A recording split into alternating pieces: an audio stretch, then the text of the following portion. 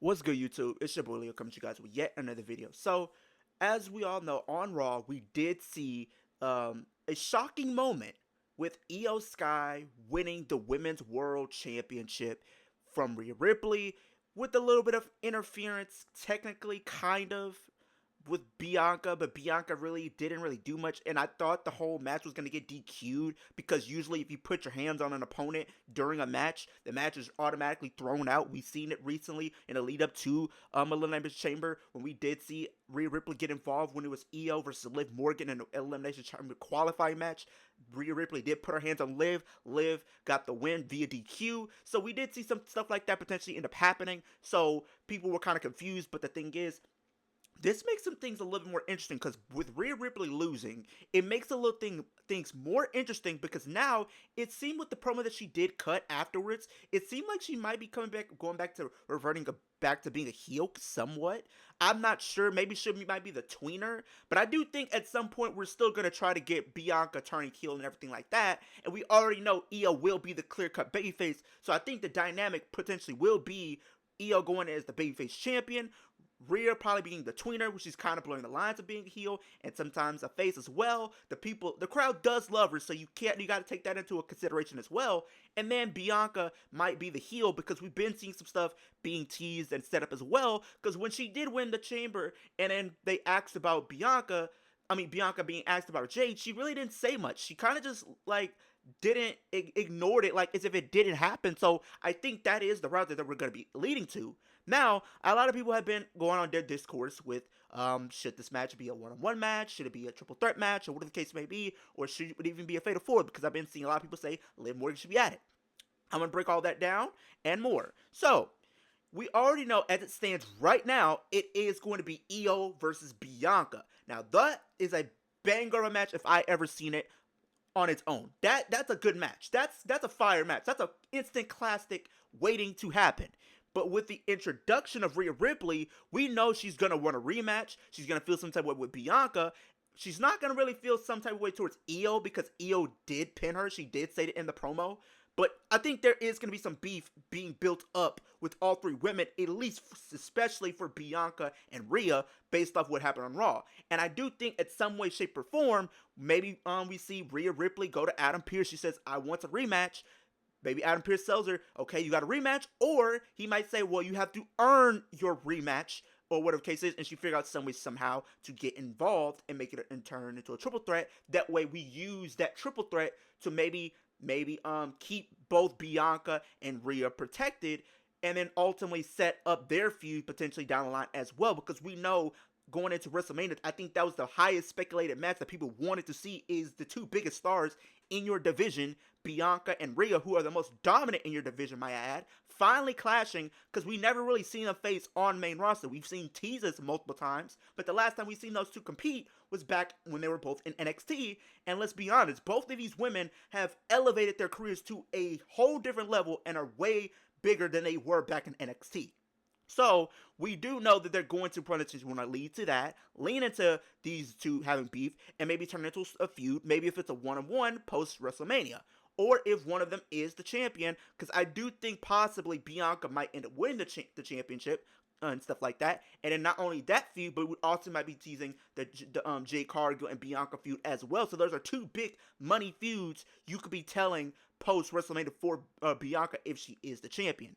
The thing is with Rhea Ripley, I've said it before, is she's very dominant, and I'm not taking anything away from her. But the thing is, when she's champion, she doesn't really do much. She's not really there all the time when she's champion. Bianca, on the other hand, is there pretty much majority of the time. She is there putting up matches week after week for the most part, and on the pay-per-views for the most part as well. So this would be something beneficial to the women's division as well if you have a champion that is present most of the time. I think that's the one thing we can all agree on when it comes to the landscape of the titles in WWE right now, is sometimes that they're either on there every week but they're not in meaningful storylines, or they're not there at all. So it makes the champion look weak, and makes the championship reign look weak, and makes the title look meaningless at the same time. So we have to start putting these championships on people who will be there, who can be featured every week and be the focal point of whatever story you're trying to tell. So I think that is something that you have to look at as well. But a lot of people have been saying, what? Why does Rhea Ripley? A lot of people have been bringing up the Liv Morgan card as well. That on Twitter, they was like saying how Rhea Ripley, how has Rhea lost the championship to Io. Io beat Liv.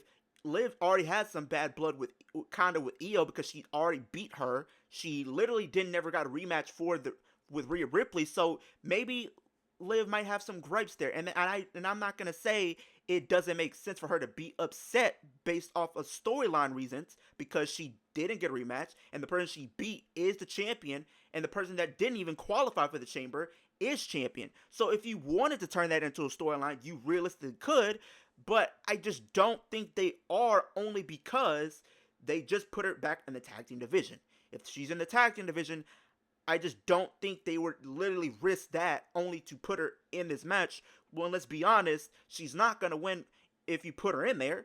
If she might be the person to take the pin if you put her in there. Yes, she'll get a good pop. She'll get be in a big storyline going into WrestleMania, which I'm not complaining about. But at the same time, she's going to be pinned if you put her in there. Because if you look at it right now, Io's more likely to be the one taking the pin in this match. And if you put Liv in there, Liv is going to probably be the most likely to take the pin.